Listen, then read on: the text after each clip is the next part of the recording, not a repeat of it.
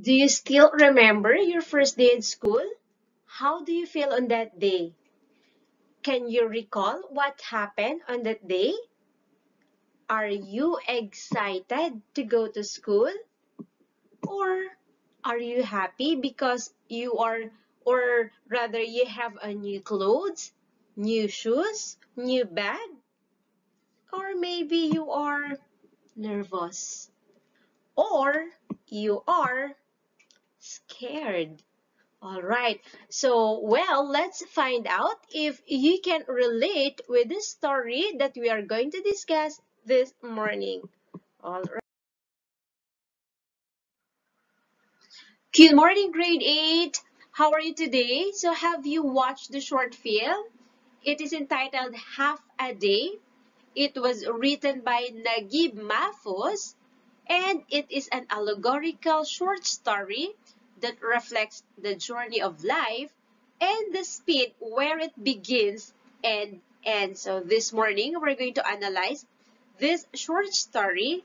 But before that, let us meet first the author, Naguib Mahfouz. So who is Naguib Mahfouz?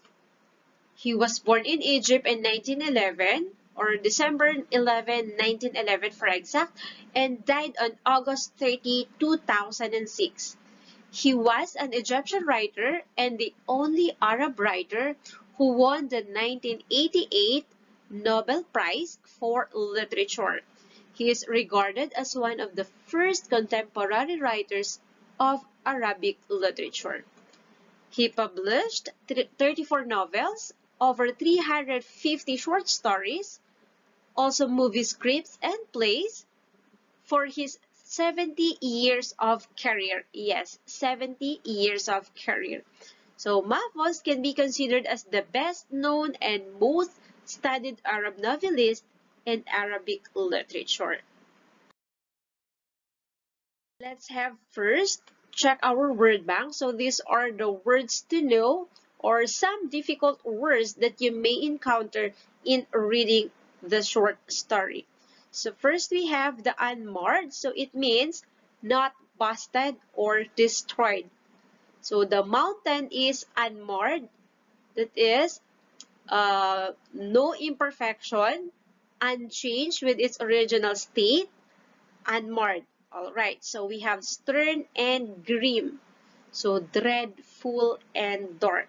So it conveys a negative meaning. It can be depressing, forbidding, or something that is worrying. Next, we have the scowl or the pout of frown. So it is what you did when you are angry, or simply means a bad-tempered expression, that is scowl. Next, we have the throngs or crowds or groups of people or animals, that is throngs. Lastly, we have conjurers, or they are the magicians or person that made or person that are making tricks, that is conjurers. All right, so magicians, or they are performing some tricks. So now let's have the plot summary. So let us all read and discover a young boy's attitude towards school and how his outlook changed after a significant experience on his first day in school. Let's see if we can connect our own experiences to his story. All right. So here we go. The story begins with a little boy and his father. They were walking towards the boys' school, for it was the boys' first day in school. By the way, there is no name mentioned, so we're going to address them as boy and father. So although the boy's clothes were all new, from his black shoes to his red tarbash, so when we say tarbash, that is hat, he was nervous and afraid because he was convinced that there was nothing good about going to school. That's why he felt that way. But his father urged him or convinced him that it is good to go to school. And he said, "Be a man.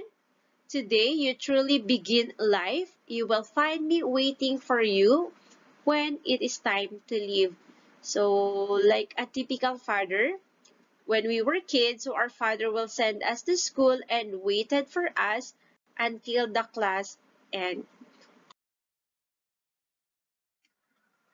So the boy, with hesitation, entered the school. He met boys and girls there whom he did not know and who didn't know him but were curious about him. So, of course, children at their age are curious with each other. And after the gates were closed, they are started crying. So, have you experienced the same when you were a kid or during your first day of school? Then the lady came in, or the teachers came and arranged the children into classes, saying, "This is your new home. Dry your tears and face life joyfully." The children then have accepted the fact that they were to stay there for the rest of the day. And with this acceptance, or with that acceptance, come contentment, for the boy made new friends. So he met some friends. He also fell in love with girls or pretty girls.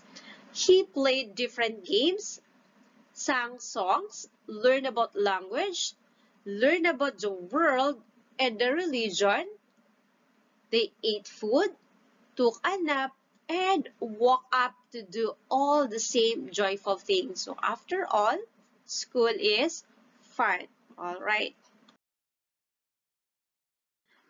As time passed by, the boy realized that the path of going to school was not always happy. Of course, there were bumps in the road like pain, hatred, fighting, heartbreak, and even the teacher who would scold and scold then and would resort to physical punishment.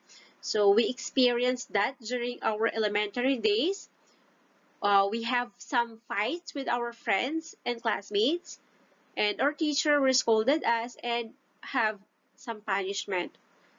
Of course, the boy learned that he and his friend should be careful as they go on their journey to school. Okay. Rang, and it is a signal of end of the day. So the boy waited for his father to pick him up, but he did not show up. So the boy decided to go home on his own, and after taking a few steps, a middle-aged man passed by and he realized that he was familiar. So they had a little conversation talking about how's life going on. Then he continued going or walking home. All right, so next. After a few steps, he stopped. He was shocked because the entire place had changed. So there were cars and high buildings everywhere. The gardens and the fields have disappeared. Trucks with security troops were crawling the area, and circus people and conjurers were showing tricks and performing. So the boy was totally shocked. Okay, and he whispered himself, "How could all this have happened in half a day between early morning and sunset?" So let's find out what happened. The boy wondered. He then hurriedly made it to the crossroads. He needed to go to Abu Qada to get home, but how could he cross when a line of cars will not let him? So he was extremely irritated as he waited and wondered when will he be able to cross the street. Then after a long time of waiting, a young boy who worked at the ironing shop from the corner came up to him and stretched his arm, saying, "Grandpa, let me take you across." All right. So the boy wondered why the little boy called him Grandpa. Okay.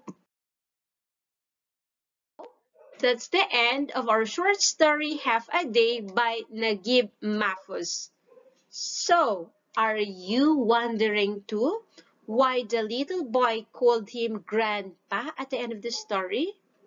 Or you are wondering why the story entitled Half a Day? Alright, so now let's have a short reflection. So what can we learn from the short story? Alright, so this short story reflects on how quick time passes by. Yesterday, you were just a kid. Today, you are teenagers. And tomorrow, you will be old. So nowadays, the hours of the day seem to be moving too fast. And we do not even notice that it's moving that fast. Most of us wish for ours to be shorter, or sometimes we wish for longer hours. Alright, so this story leaves us a message that time is gold. You have to value every minute, every second of your life. So we have to cherish every moment of our life because time is not something that we can get back. And of course, school is not just a place where we learn about reading, writing, etc. It is a place where we are being prepared for life. All right? And we are taught under pressure and meet deadlines. So we learn how to deal with people. We experience pain, heartaches, happiness, success, and many more. The very important thing is we learn how to handle every heartaches and pain. Alright, so I hope you learned something from this story. And now let's have the second part of our lesson for today. Alright.